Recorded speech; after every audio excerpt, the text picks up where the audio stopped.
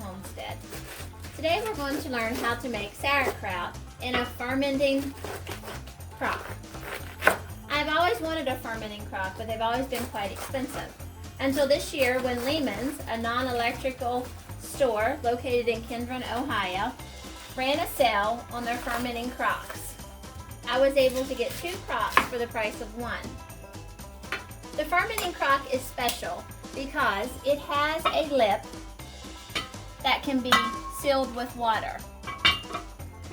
And of course we have our weights that's going to be used to hold our cabbage under the brine. Usually when I make sauerkraut, I use a big crock, we use a plate, and we also use rocks to hold everything down into the brine so that cabbage will become fermented. At the end of the process, because I can't leave in the crock, I end up canning all the sauerkraut. To me, that bothers me. I worry about taking away the healthy enzymes for the gut flora by heating up the sauerkraut to get it in the jars, and then also by doing the water bath. So I'm hoping that with this method, we can just take it out of the crock, be able to put it in jars and keep it that way, or just eat directly from the crock after it's done. From my research, I've also learned that the fermentation in the fermenting crock will take place quicker than it will the way that I usually do it with our heads of cabbage throughout the summer. Right now I'm just going to cut the cabbage up into pieces that will be edible. You could also use a kraut cutter if you wanted to. With just one head of cabbage, I'm not going to do that. I'm just going to use a knife.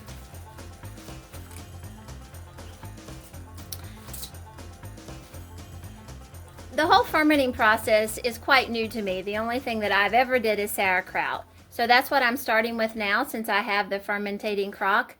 I know with sauerkraut, it's very important to weigh the cabbage to be able to get the right amount of salt with the cabbage to build enough brine.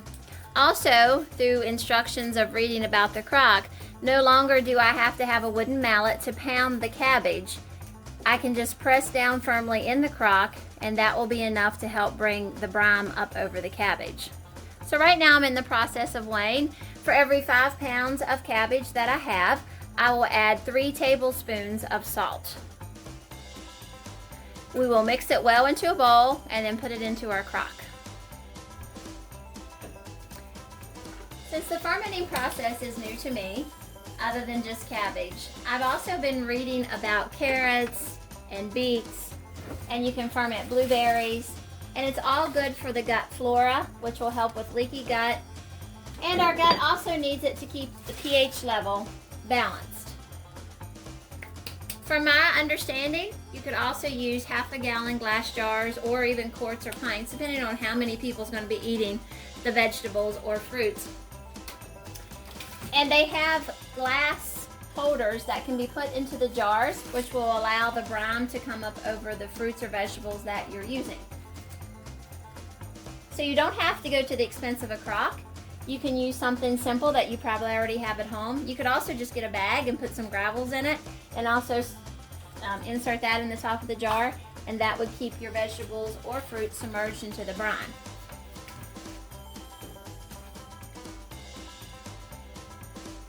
Once our cabbage was weighed, we ended up with 4 pounds.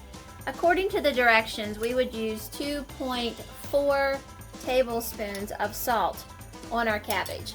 We're going to try to use a high quality pink Himalayan salt to see how that works. The salt is on the cabbage.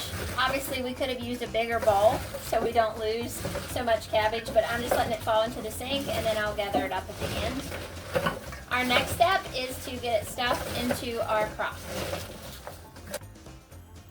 According to the directions, we will not have to pound this. The inside of the crock is already very warm. We'll put all the cabbage in and we just need to firmly press it down.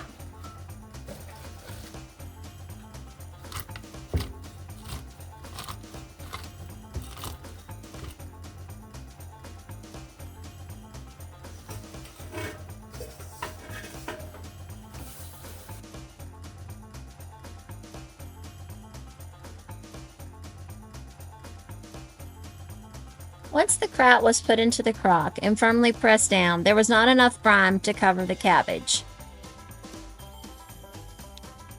The brine coverage over the cabbage is the most important. Without it, the cabbage will spoil. We ended up making additional brine with salt and boiling water. Once the mixture has cooled, it can be added to the crock.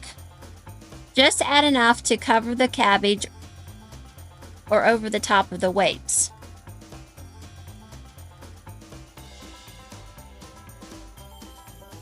The lid is put on and water is poured around the pit of the lid. This forms a water seal. This will help keep out dust, dirt, and insects, and any kind of bad molds that may try to interrupt our kraut process. We will move this kraut to a cooler location, as in our kitchen would be too hot with the wood heat. It has been 5 days since we put all the cabbage into the crock, so we're going to see if it's made kraut yet.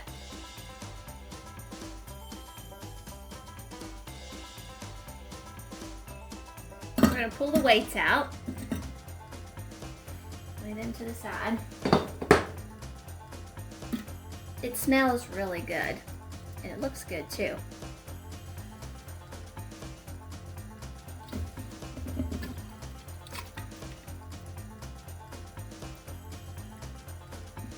I'm going to taste this and see if it tastes like normal kraut.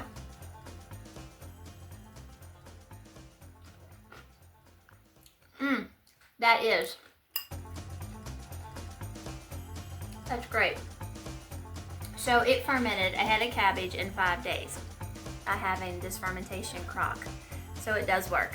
It's great.